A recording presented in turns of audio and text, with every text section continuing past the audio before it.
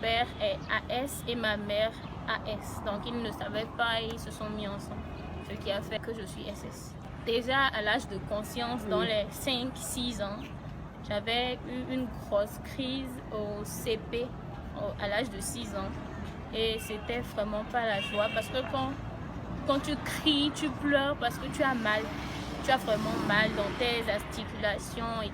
Il y a des fois, les parents pensent peut-être que tu en fais trop. Ou quand tu vas à l'hôpital, on te croit d'abord pas. Et c'est après qu'on se dit, ok, c'est la drépanocytose. C'est avec le temps que les médecins ont mieux compris la maladie. Sinon, quand on était enfant et tout ça, c'était pas encore bien découvert, c'était pas encore, il n'y avait pas encore de vrais remèdes et tout, donc on faisait avec. Il y a une crise qui m'a beaucoup marqué, c'était en terminale où je ne marchais plus, je ne parlais plus, je ne bougeais pratiquement plus, j'étais paralysée. Et ça a duré 2-3 mois.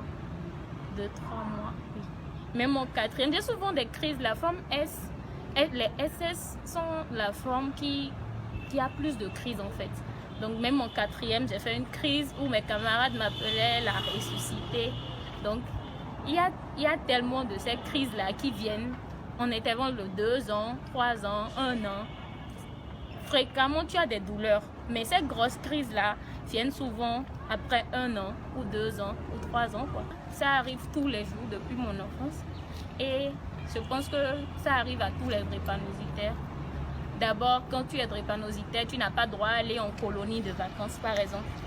Parce qu'on dit que tu peux faire la crise n'importe quand et tout. Ils n'ont pas les moyens de t'emmener à l'hôpital ou ci ou ça. On peut te perdre banalement. Donc, on rejette ton dossier pour les colonies de vacances, par exemple. J'ai dû aller au bac 2 fois. Parce que aussi, je pense que c'est parce que j'étais drépanocytaire. Parce que d'abord, j'étais souffrante pendant l'examen du bac. Les 2 bacs où j'étais souffrante. J'avais un cathéter à la main. Je devais composer, prendre les perfusions le matin, très tôt déjà à 4 heures, commencer des perfusions, aller au centre à 7 heures, finir de composer, aller faire des perfusions encore. Donc, ce qui a fait que je somnolais, je dormais carrément sur mes copies. Quelqu'un qui est souffrant ne peut pas être en train de composer 3 heures, 4 heures des épreuves. Je fais que somnoler, tu te réveilles en pleine épreuve et tu es obligé de continuer ce que tu écrivais. Ça ne peut qu'avoir des répercussions sur ta scolarité. Donc je suis allée au bac 2 fois et après ça j'étais au campus, j'ai fait le droit. J'ai pas fini, j'étais en 2e année quand j'ai fait une grosse crise pendant les rattrapages. Donc quand tu rates les rattrapages sur le campus, c'est que tu as raté, tu as perdu l'année en fait. Et là, tu dois reprendre toute l'année, juste à cause d'une simple crise. Une crise qui a duré juste 2 semaines par exemple.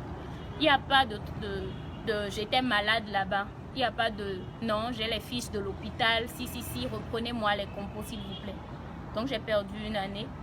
Et cette rentrée-ci, les crises étaient tellement fréquentes que je n'ai même pas eu le temps d'aller m'inscrire ou de reprendre les cours.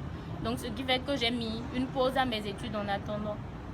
Donc j'espère que ça ira mieux et que peut-être la rentrée prochaine, je pourrai m'inscrire et reprendre mes cours. Bien sûr que j'ai des peurs. En plus, j'ai 21 ans et c'est souvent entre griffes, l'âge critique ou les drépanocytaires, les formes les plus graves, les SC et les SS. Vous entendez souvent, il y a tel qui est mort drépanocytaire, qui a 20 ans, qui a 19 ans, qui a 22 ans. Donc, cet intervalle-là, vraiment, ça fait peur, c'est dur à vivre. J'ai beaucoup d'amis qui me soutiennent, j'ai beaucoup de moments, plein de moments qui me soutiennent aussi. Donc, ce qui fait que ça m'apaise beaucoup. Et quand ça commence, ils disent non, tu ne vas pas mourir et tout. J'en ai perdu des amis en cours de route.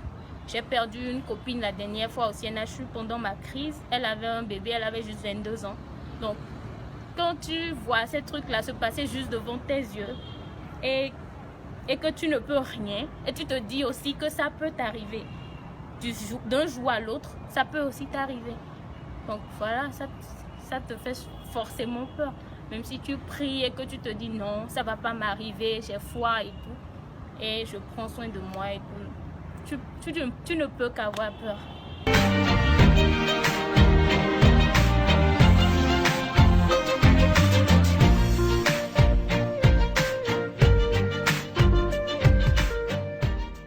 Même les médecins nous disent, fais un enfant, ça peut se calmer et tout. Mais c'est un truc compliqué en fait. Chaque femme avec son organisme. Chaque femme est différente. Quand on dit fais un enfant, moi j'étais au SMAS souvent, très souvent. Même il y a à peine un mois, j'étais en crise grave. Et j'avais des amis drépanocytaires là. Il y avait une maman qui avait déjà 3 enfants. Elle avait déjà la trentaine, plus de la trentaine. Et elle était en crise, elle agonisait vraiment beaucoup. Elle m'a dit, mais c'est pas le fait d'avoir d'enfants qui résout quoi que ce soit. Il y a des jeunes filles, des copines à moi qui ont déjà des jumeaux, des enfants, plein, qui me disent, Marilyn, je regrette d'avoir accouché. Je regrette. Il y a une amie à moi qui s'appelle Nadine, elle a déjà 2 garçons, elle a 22 ans. Elle m'a dit, Marilyn, quand j'avais pas d'enfants, j'avais moins de crises que maintenant quand j'ai d'enfants en fait. Parce que je souffre plus et j'ai tout le temps de crise, je suis tout le temps à l'hôpital. Sincèrement, je regrette d'être tombée enceinte. Comme il y en a qui sont restés avec des gens et après accouchement, qui se sont sentis mieux, qui ont moins de crises et tout. Donc, l'organisme de chaque femme est particulier. Tu peux enfanter et ça va diminuer tes crises. Et tu peux aussi enfanter et accroître tes crises. Donc, il ne faut pas compter sur le fait d'être guéri après l'accouchement pour tomber enceinte. Si tu n'es pas prête pour faire un enfant, dans le sens de relation, de couple ou dans le sens financier, même dans le sens d'être vraiment mère, il ne faut pas y aller en fait. C'est selon moi, c'est ce que je pense. Là, actuellement, j'ai une équipe Drépalive, d'accord. On a une équipe de drépanocytaires et de médecins en fait, de jeunes, juste de jeunes. Et on a décidé de faire une campagne de don de sang pour la journée de la drépanocytose. Normalement, la journée, c'est le 19, mais la semaine du 19, il n'y a pas cours sur le campus. Donc, on a prévu mettre une campagne de don de sang la semaine du 25, le 25 prochain, au campus.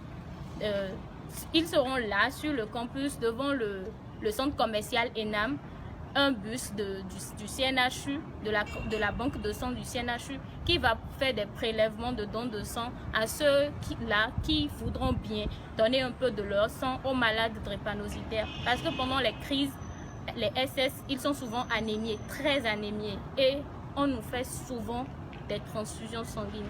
Donc, on en a vraiment besoin. Et on a aussi prévu faire des dépistages d'électrophorèse.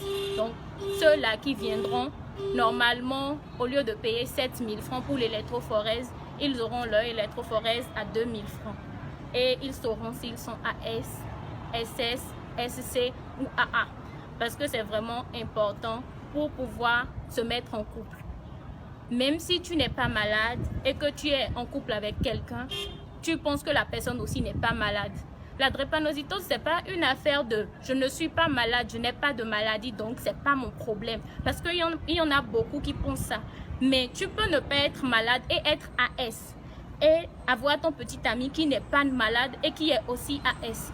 Et dans ce cas, vous vous mettez ensemble, vous faites un enfant drépanocytaire qui sera SS et qui sera très malade sans savoir. Et là, vous allez commencer à vous culpabiliser, à rompre parce que vous aurez des enfants tout le temps malades. Donc, vous allez rompre et vous allez vous marier chacun de votre côté en laissant cet enfant-là seul frustré dans sa maladie. Et c'est quelque chose de très déplorable. Donc, voilà, j'appelle tous les jeunes, béninois ou cotonois, à venir massivement soutenir les drépanocytaires le 25 juin prochain au campus en donnant juste un peu de leur sang pour soutenir les drépanocytaires et tout en profitant aussi pour faire leur électrophorèse pour savoir s'ils sont malades ou s'ils sont des porteurs sains de la drépanocytose.